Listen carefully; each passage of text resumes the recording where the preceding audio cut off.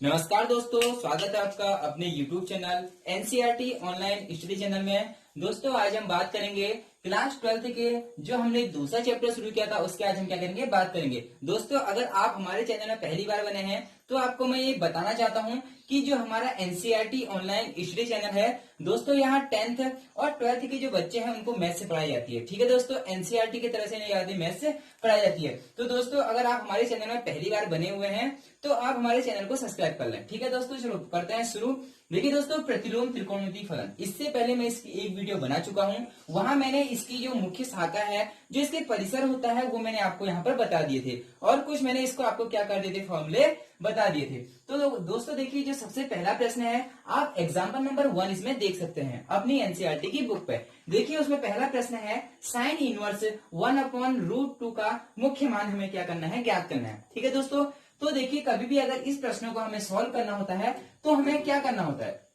देखिए मैं आंसर लिख रहा हूं, ठीक है। सबसे पहले जो भी होता है इसे हम एक्स वाई जेड कुछ भी हम एक संख्या मान लेते हैं। ठीक है, कोई भी हम क्या मानते हैं, मान लेते हैं। इसे देखिए जैसे ये है साइन इनवर्स 1/√2। ठीक है, मैं इसको क्या कर दूंगा, ये प्रश्न है, मैं लिख दूंगा माना। ठीक है, ये मैंने क्या कर दिया, माना। इसके इक्वल टू क्या है, वाई है। ठीक है, इसको y के इक्वल टू साइन इनवर्स 1/√2 मान लेना, या फिर क्या करना, sine inverse 1/√2 equal to y मान लेना। ये आपकी मर्जी है। आप y को या y equal to sine inverse 1/√2 लिखें या फिर साइन इनवर्स 1/√2 लिखें। ठीक है, तो देखिए हमें कभी भी क्या करना है, जो भी हमें प्रश्न दे रखा है उसे हमें क्या कर लेना है, मान लेना है। ठीक है, मैं नीचे देखो क्या कर देता हूँ, रब कर देता हूँ।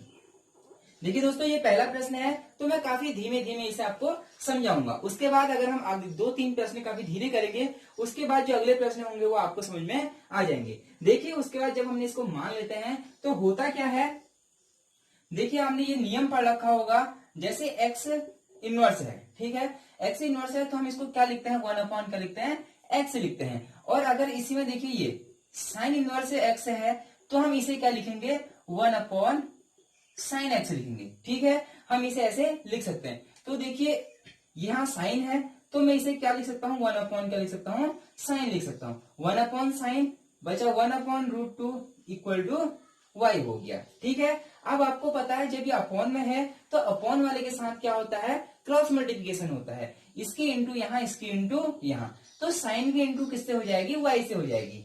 तो ये तो हो जाएगा साइन y इक्वल टू 1/√2। ठीक है, आप लिख सकते हैं साइन y इक्वल टू 1/√2। इसके बाद देखिए दोस्तों, मैंने आपसे कहा था कि आप क्या करना, जो इसके मुख्य परिसर हैं वो हमें क्या करने पड़ेंगे, याद करने पड़ेंगे। तो हम लिखेंगे यहाँ पर हम जानते हैं। ठीक है, या हमें पता है, या हमें मालूम है। आप यहाँ पर कुछ भी लिख सकते हैं। तो देखिए मैं लिखता हूं हम जानते हैं, हम जानते हैं कि साइन इनवर्स, ठीक है, कि साइन इनवर्स की जो मुख्य शाखा है, साइन इनवर्स की मुख्य शाखा का परिसर, ठीक है, देखिए हम जानते हैं कि साइन इनवर्स की मुख्य शाखा का परिसर क्या होता है, -π/2 से क्या होता है, π/2 होता है। देखिए जो साइन इनवर्स की जो मुख्य परिसर होता है, मैंने आपको याद करने के लिए वो दिया था, उसमें क्या होता है, -π/2 से क्या होता है, π/2 होता है। ठीक है, आपको ये लाइन लिखनी पड़ेगी, होता है। और इसीलिए आगे क्या हो जाएगा, देखिए, और अब हमको ये देखना है कि जो पीरियड, जो हमारी क्या होती है, टेबल होती है, ठीक है, उसमें साइन का मान कहां पर, 1/√2 होता है। देखिए मैं हल्के से यहाँ पर टेबल बनाता हूं, जैसे ये 0 होता है, ये 30 होता है, ये 45 होता है, फिर क्या होता है यहाँ पर 60 होता है, और इसके क्या होता है, 90 होता है। ठीक है, मैं हल्का सा समझा देता हूँ, यहाँ पर साइन थीटा मान लेता हूँ, यहाँ पर कॉस थीटा मान लेता हूँ। ठीक है, आपको ये वैल्यू याद होनी चाहिए, आपको याद होंगी। ठीक है, क्योंकि आप 12th में चले गए हैं, इससे पहले भी आपने ये पढ़ रखे हैं। देखिए साइन 0 की वैल्यू 0 होती है, साइन 30 की वैल्यू 1/2 होती है, साइन 45 की वैल्यू 1/√2 होती है। ठीक है, इसी में आगे को √3/2 और क्या होती है, 1 होती है। ठीक है, कॉस का होता है, इसका उल्टा होता है। देखिए यहाँ 1, यहाँ √3/2, 1/√2, इधर होता है 1/2, इधर होता है 0। ये देखिए, ये हमारी क्या है, वैल्यू है। ये वैल्यू हमें पूरी जो टेबल है ये हमें याद होनी चाहिए। ठीक है, तो देखिए आप देखिए जो 1/√2 है, ठीक है, 1/√2 साइन में कहां पर आता है? देखिए साइन में मैं जाऊंगा 1/√2 कहां पर आता है? 45 में। कहां पर आता है? 45 में। अब देखिए दोस्तों हम 45 को और क्या लिख सकते हैं, ठीक है, मैं इसे रब करता हूं, आप देखना कि जो 45 है मैं इसे और क्या लिख सकता हूं, ठीक है। देखिए हमें पता है कि पाई की वैल्यू कितनी होती है? 180 होती है। पाई की वैल्यू क्या होती है? 180 होती है। इसके बाद देखिए जो 45 है मैं उसे क्या लिख सकता हूँ? 180 अपॉन क्या लिख सकता हूँ? 4 लिख सकता हूँ। अगर मैं इसको इसे डिवाइड करूं तो हमारा आंसर क्या आएगा? 45 आएगा। एक बार करके देख लेते हैं। देखिए 4 4 जा कितना होता है? 16 होता है, 2 बचा 20 हो गया, 4 5 जा 20। देखिए अगर 180 अपॉन 4 करेंगे तो हमारा आंसर क्या आ रहा है? 45। तो इसका मतलब जो 45 है इसको मैं लिख सकता हूँ पाई अपॉन 4। क्या लिख सकता हूँ? पाई अपॉन क्या लिख सकता हूँ? 4 लिख सकता हूँ, ठीक है। तो देखिए साइन वाई इक्वल टू क्या हो जाएगा? इसको मैं क्या लिख सकता हूँ? साइन पाई अपॉन 4, ठीक है, क्योंकि ये किस साइन पाई अपॉन 4 की वैल्यू क्या होती है? 1/√2 होती है। तो देखिए इसी में आगे को क्या होता है? साइन से साइन क्या हो जाता है? कैंसिल हो जाता है, ठीक है। यहां देखिए sine y equal to sine pi by 4, ये देखिए, ठीक है, साइन से साइन कैंसिल हो गया, तो जो हमारी y की वैल्यू आई वो आई 5/4, ठीक है। हमसे प्रश्न में पूछा था, मुख्य मान पूछा था, और हमारा जो मुख्य मान आया वो आया 5/4। इस एक बार में इस प्रश्न को और समझा देता हूँ, ठीक है, ताकि आपको आने वाले प्रश्न में कोई भी परेशानी नहीं हो। काफी अच्छा चैप्टर है। देखिए साइन इनवर्स 1/√2 का मुख्य मान हमें क्या करना है? बताना है। तो सबसे पहले हमें क्या करना होता है? जो भी हमें साइन दिया हो, कॉस दिया, उसे हमें मान लेना होता है, ठीक है। तो मैंने लिखा माना साइन इनवर्स 1/√2 इक्वल टू मैंने क्या मान लिया? y मान लिया, ठीक है। और देखिए उसके बाद हमें पता है कि साइन इनवर्स इक्वल टू होता है 1/x, ठीक है। इसी में sine inverse x equal to होता है 1/sin x। तो ये आपको पता होना चाहिए। देखिए इसी में आगे को फिर क्या हुआ? साइन इनवर्स था, मैंने इसको 1/sin कर दिया, ठीक है। कौन सी प्रॉपर्टी से? ये प्रॉपर्टी से हम इसको कर सकते हैं। उसके बाद देखिए 1/sin हो गया, 1/√2 ऐसी रहा, इक्वल टू y, ठीक है। y के अपॉन में कुछ नहीं है तो y के अपॉन में क्या होगा? 1 होगा। फिर देखिए मैंने क्या करा? क्रॉस मल्टीप्लीकेशन कर दिया। इस 1 की इंटू यहां हो गई और इस साइन की इंटू y से हो गई। जब साइन की इंटू y से करूंगा तो साइन y आएगा, और 1 की इंटू 1/√2 से करूंगा तो 1/√2 आएगा।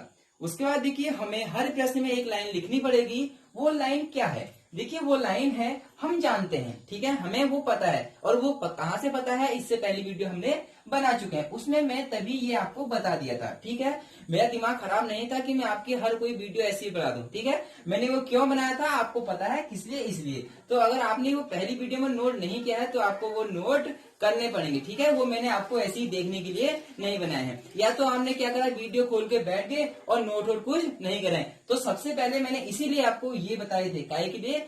कि आप याद करें और तभी अगली वीडियो में आए, ठीक है दोस्तों। देखो तो साइन इनवर्स का जो मुख्य परिसर होता है वो क्या होता है? -π/2 से क्या होता है? π/2 होता है। और साइन y इक्वल टू देखिए साइन π/4। अब देखिए जो साइन में 1/√2 वैल्यू होती है वो होती है π/4 की। तो 1/√2 को मैं क्या लिख सकता हूँ? साइन π/4 लिख सकता हूँ। तो देखिए sine y equal to sine π/4, sine से साइन हो जाता है कैंसिल, हमारा जो आंसर आता है y इक्वल टू आता है π/4, ठीक है। ये हमारा क्या निकल गया? मुख्य मान निकल गया। चलो दोस्तों इसी में आगे को जो दूसरा एग्जाम देखिए दोस्तों, इसी में आगे को जो दूसरा एग्जाम्पल है आप देख सकते हैं, अपनी एनसीईआरटी की जो बुक है उसमें दूसरा एग्जाम्पल है, ठीक है। कॉट इनवर्स -1/√3 का मुख्य मान हमें क्या करना है? बताना है, ठीक है दोस्तों।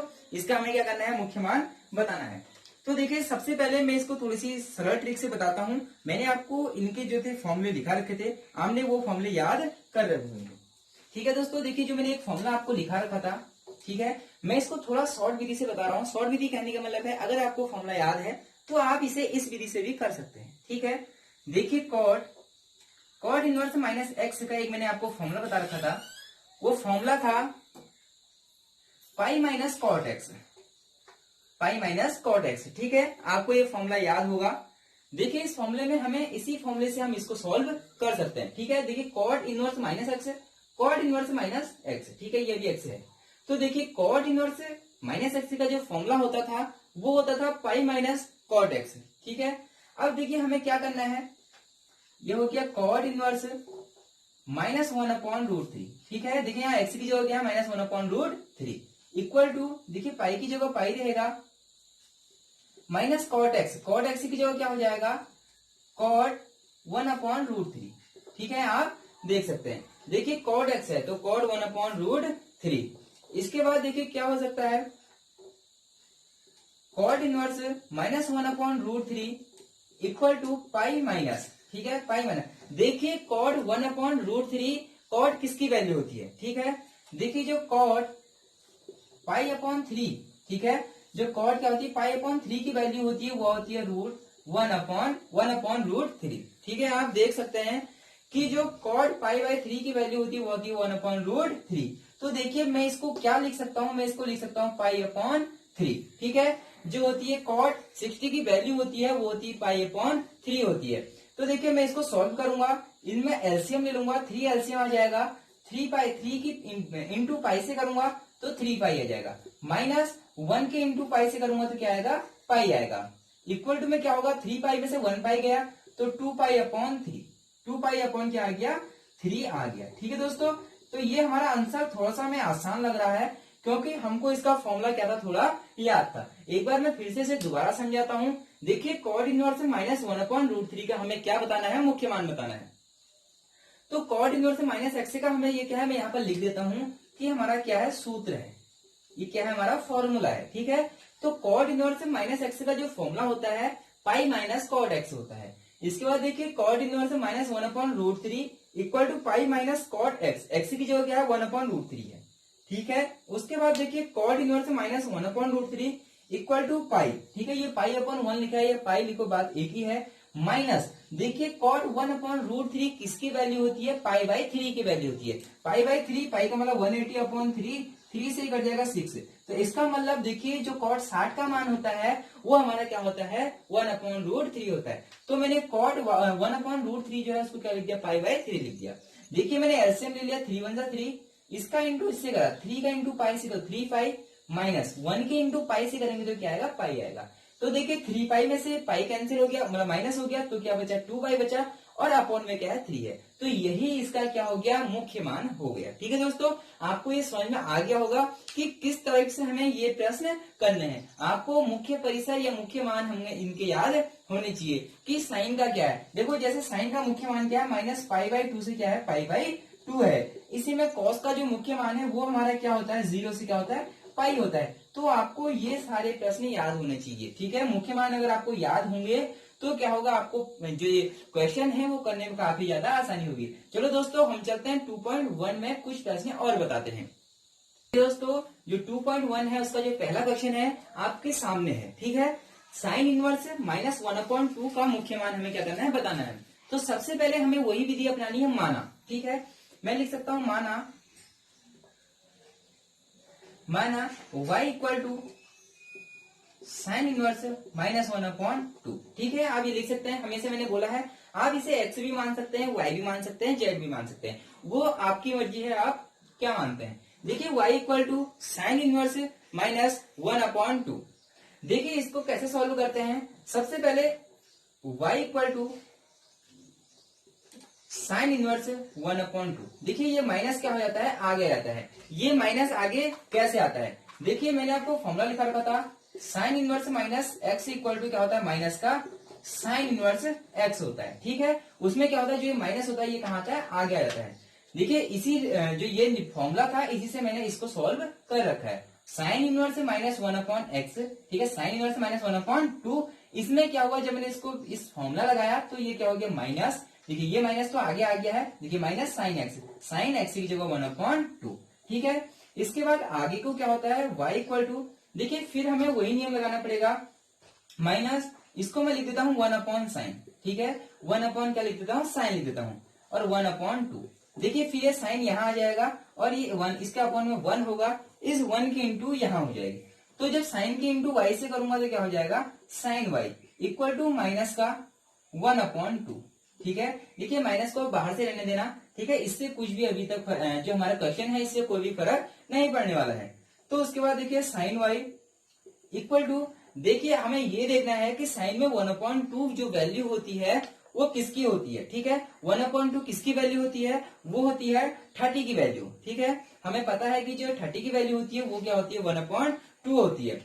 तो देखिए हम क्या लिख सकते हैं, पाई/6 लिखते हैं। किसको, देखिए पाई की वैल्यू 180/6, 6 से 18 को काटेंगे 3, देखिए क्या आ गया, 30 आ गया। तो इसका मतलब माइनस, यहां मैं लिख सकता हूँ साइन पाई/6 लिख सकता हूँ, ठीक है। क्या लिख सकता हूँ, पाई/6 लिख सकता हूँ। देखिए साइन से साइन क्या हो जाएगा, कैंसिल हो जाएगा।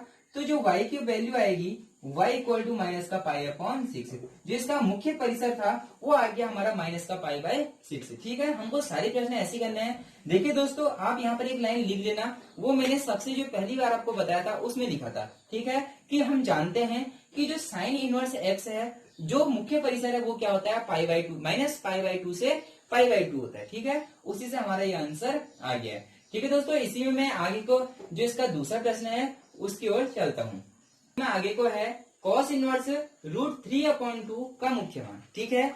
देखिए दूसरा प्रश्न है, इसमें हमें क्या करना है, सबसे पहले हमें लेट कर लेना है, ठीक है, मान लेना है, ठीक है। माना y equal to cos inverse √3/2, ठीक है।